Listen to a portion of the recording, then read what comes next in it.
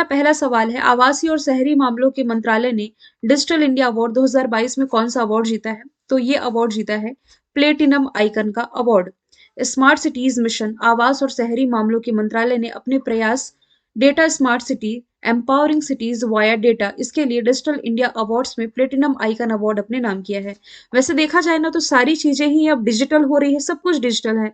आज से यदि हम 10 साल पीछे जाएं तो आप समझ सकते हैं कितनी कठिन लाइफ थी। सब कुछ ए टू जेड डिजिटल, आप खुद भी डिजिटल हो चुके हैं ए टू जेड तरीके से हर चीज में।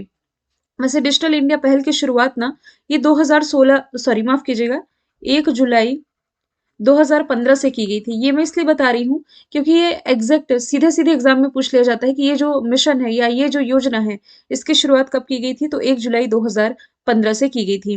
तो इलेक्ट्रॉनिक सर्विस जो बढ़ गई है देश में और ये तेजी से बढ़ते भी जा रही है। अब गांवों में भी इसका जो विस्तार है ये तेजी से फैलने लगा है।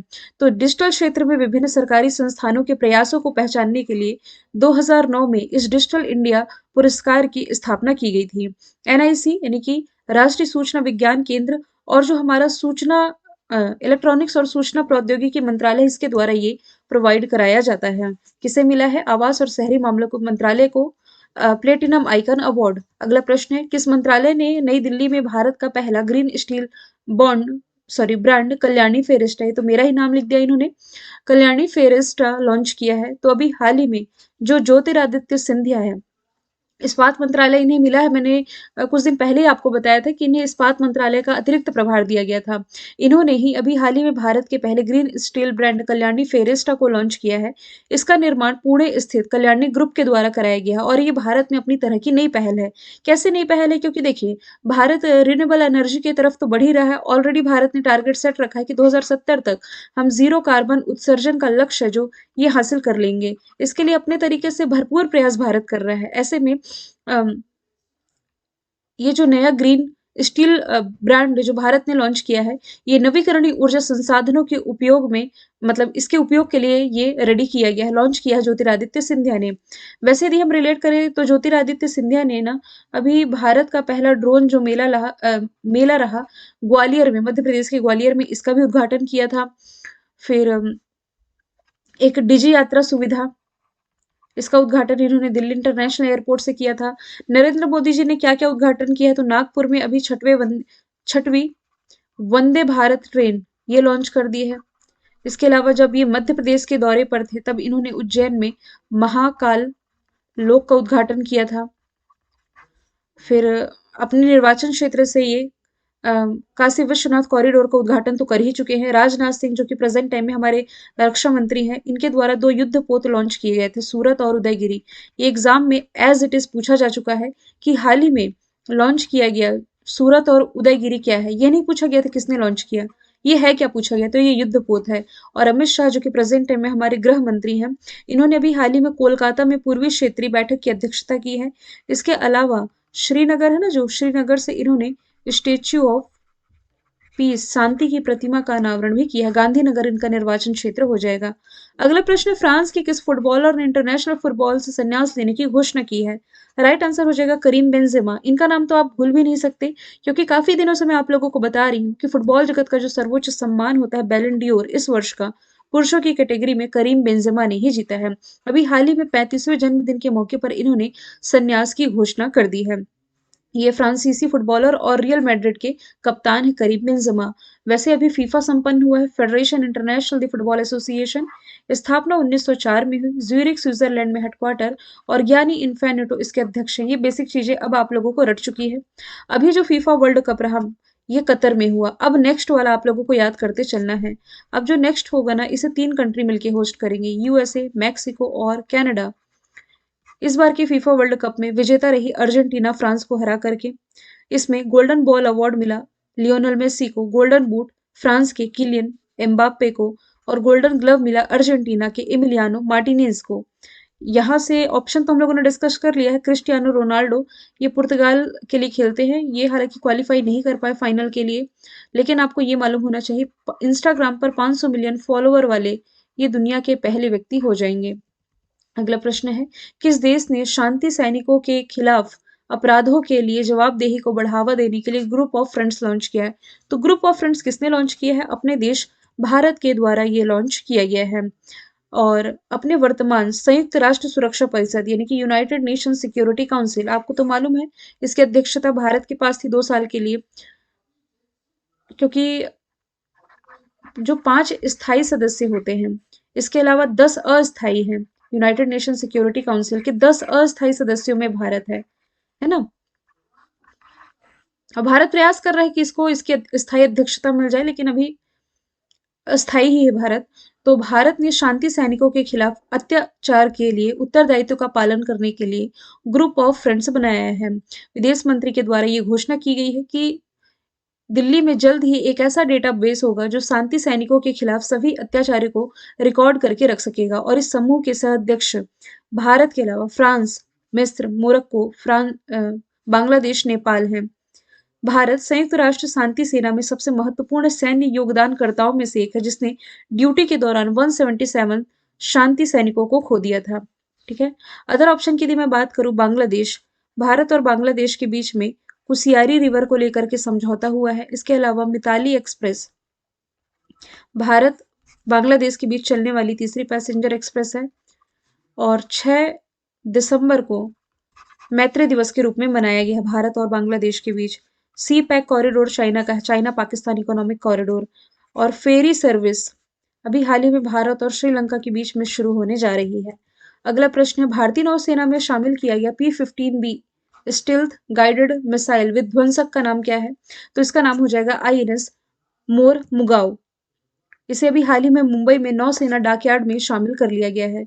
इसे वॉरशिप डिजाइन ब्यूरो द्वारा पूरी तरह से स्वदेशी रूप से डिजाइन किया गया है।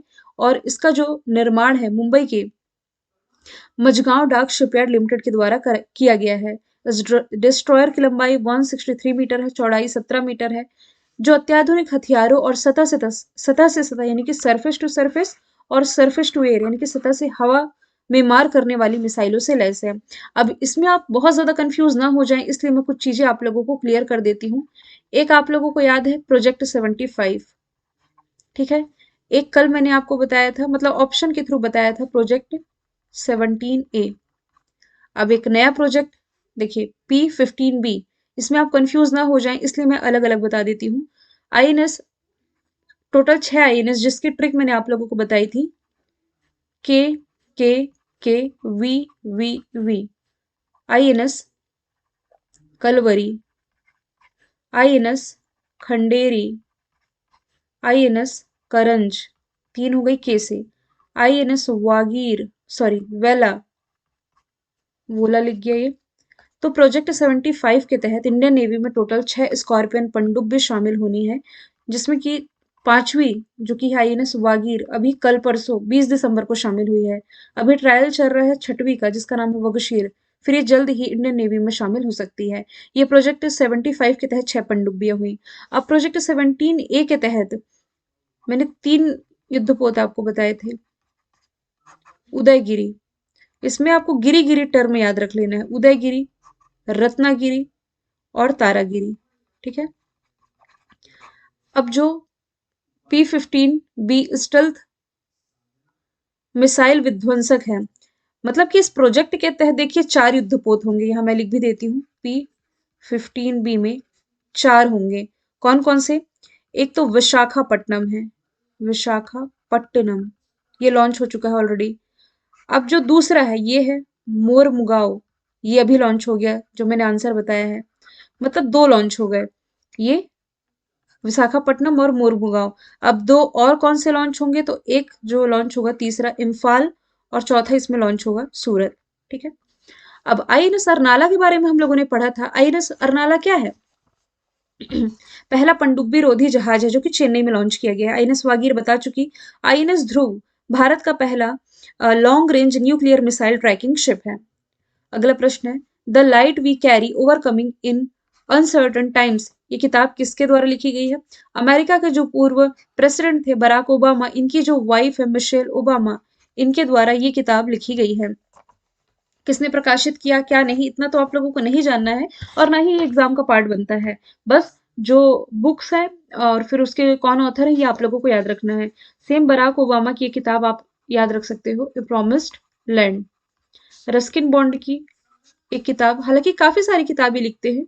How to become a writer इनकी एक प्रसिद्ध किताब है। गीतांजलि श्री इनका जरूर याद रखेंगे।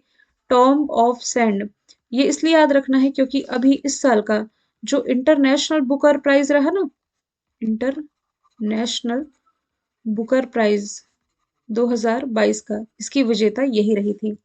अब आज का अंतिम प्रश्न है, वैज्ञानिक पत्रों के प्रकाशन में भारत का कौन सा स्थान है? तो भारत इसमें, अच्छा ऑप्शन मैंने नहीं लिखा क्या, तीसरा स्थान, वही तीसरा, ये ऑप्शन ही मिसिंग है, इसे मुझे सुधारना पड़ेगा। केंद्रीय विज्ञान और प्रौद्योगिकी मंत्री डॉक्टर जितेंद्र सिंह के अनुसार वैज्ञानिक पत्रों के प्रकाशन में भारत को पूरे वर्ल्ड में तीसरा स्थान दिया गया है। 2010 में, ये अलग अलग होना चाहिए, देश में टोटल 60,555 वैज्ञानिक पेपर प्रकाशित किए गए, जो कि 10 साल बाद यानी कि 2020 में बढ़कर हो गए 1,49,213।